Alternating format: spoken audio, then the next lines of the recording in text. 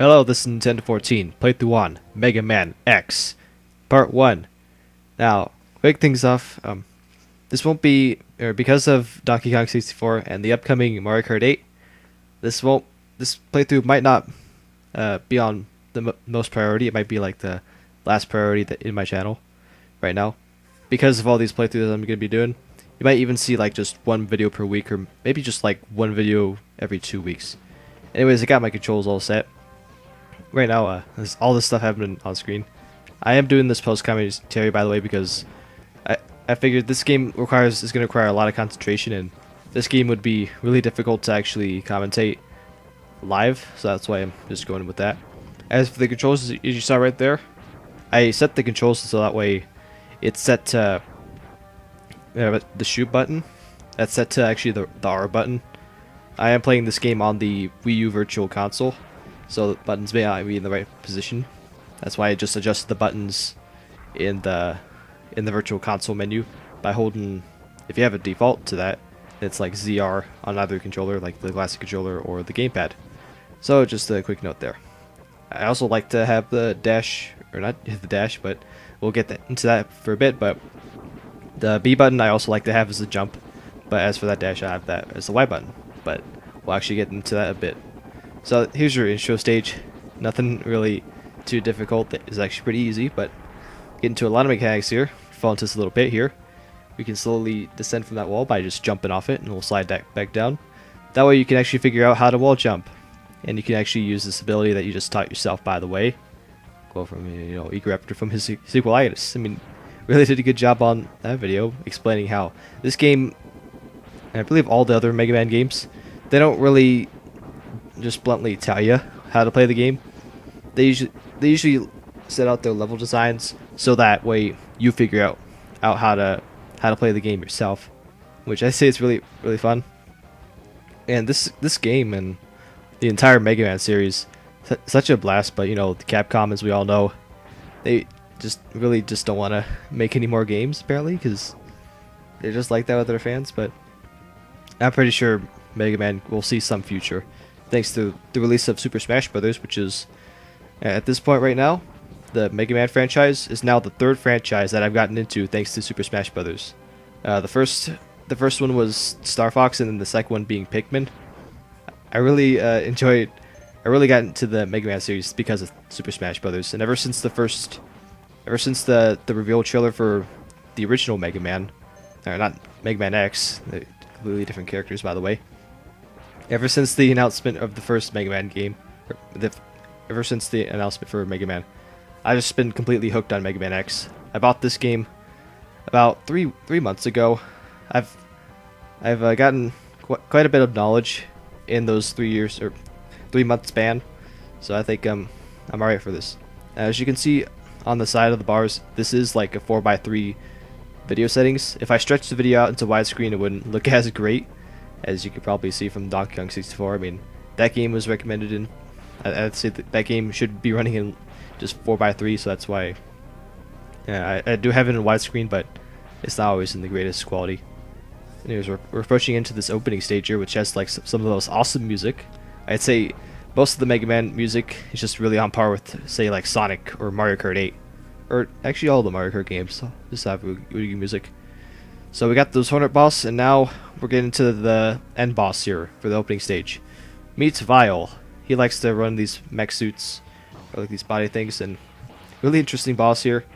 You'd think he's like this really tough powerhouse over here. Not much you can do. There's not much mobility to you. You just walk and shoot all about, trying to hold the shoot button to do a charge shot, but that's no good. Fortunately, in a scripted event, he actually takes us down, and he just laughs maniacally, or just pities on us.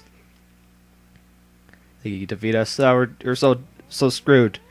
But in the distance, oh yes, the awesomeness.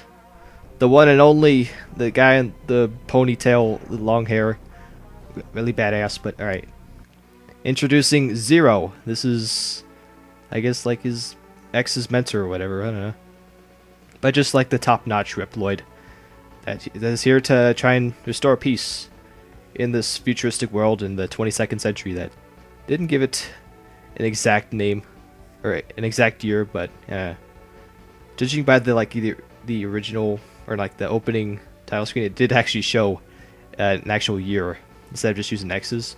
Like it did show like 2105, 2109, 2114. So you just simply assume that this all takes place in like the early 22nd century, which I find really fascinating. I mean, it would be really cool if Capcom really did address all the time, or the year that these games take place, especially for later installments later on. And here's a bunch of numbers, in case if you want to just use this or not. But this is basically the password feature, or those numbers you put into the password feature when you're at the title screen. So whenever you want to pick up, you can just punch in those numbers in those specific orders, but from left to right, and then go down left to right. That's all great. But here are in the main menu, these 8 little screens right there. Those are the Mavericks, the evil versions of Reploids. Here's one of them, Launch Octopus. And then the next one, Chill Penguin. All these Mavericks, I think I'll get into a little bit more. Explain Mammoth, by the way. Mavericks, they're basically Reploids that just gone evil. I guess I can go this a little bit more, but the way that Mavericks are Mavericks is that they were infected with this Maverick virus, and you can make a pretty good guess on where the Maverick virus came from. I actually used Dr. Wily from the original Mega Man series. They actually, I guess I'll get his little backstory a little bit, but it was indeed Dr. Wily who did create Zero, and he put him in a capsule just like Dr. Light did with X. But with Zero is that Dr. Wily equipped Zero with this Maverick virus, and whenever he got released years later, he would spread the virus to whoever came in contact with that. And we'll actually get to a little bit more of that backstory later on, as I'm going to be taking down Chill Penguin's stage right now, because I'm pretty sure everybody knows that Chill Penguin should be the first Maverick you should go after, because there is a very important mechanic, or like an ability that you will get from this stage that'll help you out tremendously. So recommend you get through here. And I think this might be like my third or maybe second most favorite theme in this entire game. Just like the upbeat theme at the beginning. Just really get you into the mood and playing this game. Now, that ability that we did get, or that we were going to get, is actually the dash. Spoiler alert, because I did mention it accidentally. But yes, that's why we're going after this stage first, just because of the dash feature. And that's the reason why I have it set to my Y button, because I like to have the run and jump buttons like in like a thumb distance, so that way I could just use both ends of my thumb to like dash and jump, which I've grown on to having in games like Super Mario Brothers, like mainly the Super Mario World, and maybe even the original Mario Brothers. And here it is right there. It's a capsule, and guess what? It's Dr. Light from the original Mega Man.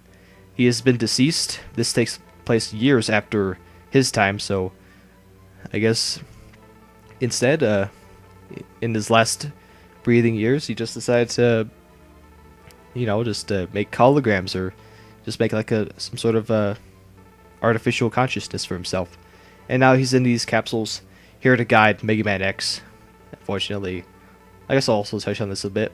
Dr. Light never got to see Mega Man X be in the light. I mean, before Dr. Light passed away, he sealed X in that capsule for years for testing, I believe, just to make sure that Mega Man X, he won't go Maverick on his own accord, or like just make sure he won't use his powers for evil, because Mega Man X is the first of his kind as a Reploid, along with Zero, which is not far off. And here he is. We got the dash boots. It's awesome. This is actually, these two features, the wall jump and the dashes, this is actually the main reason why I would prefer Mega Man X over the original Mega Man series, just because you have a little bit more forgiveness, should I say, when having these features, such as like missing a jump, or if you need like more speed. This actually makes things a whole lot easier compared to the Mega Man, because I just really don't like having to deal with just the slowness of the original Mega Man, having to better place your jumps at like the very edge, points in the platforming actions that I just really don't like. Anyways, you got this little robo walker here, I believe. He's actually, forget the name of these things, but you just punch stuff. It's awesome. And in these robo things, you won't be able to take any damage, but in order to get out, you just push up on the D-pad and just press your jump button to whatever you map it to. So just a quick note there, because I didn't figure that out immediately once I got into those things. I actually was just mashing all the buttons to figure out how to get out of those things. Another thing about those things is that, or those robo walkers, is that even though you won't take any physical damage as you see in the bar on the left, but you will take enough damage and it'll actually stop moving and it'll start blinking.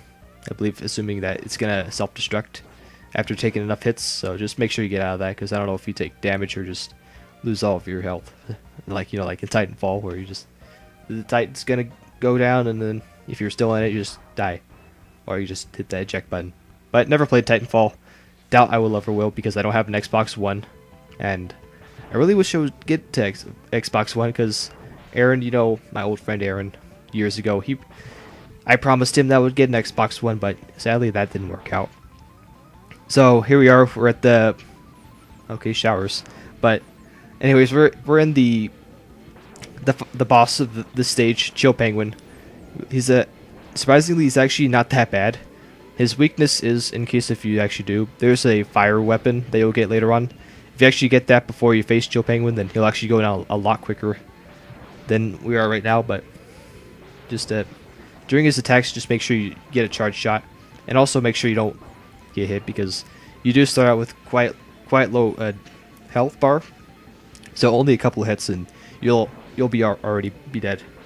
And right there, I got him right in the face, and he goes in and hits him, blows up. And that awesome explosion effects that I think it really good for 1993, shall we say. Alright, that's all that. We defeat him. We got 7 more Mavericks to go.